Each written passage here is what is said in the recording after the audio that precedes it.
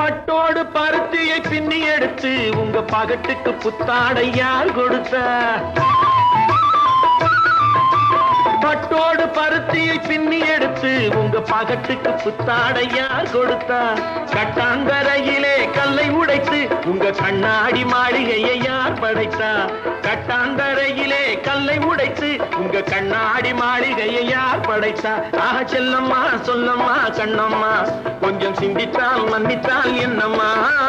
செல்லம்மா சொல்லம்மா கண்ணம்மா கொஞ்சம் சிந்தித்தால் மன்னித்தால் என்னம்மா? என்னம்மா ராணி பொன்னானே நீ ஆலவட்டம் போட வந்தது ஏறி வந்த ஏணி தேவையில்லை என்று ஏழை பக்கம் சாடுகின்றது.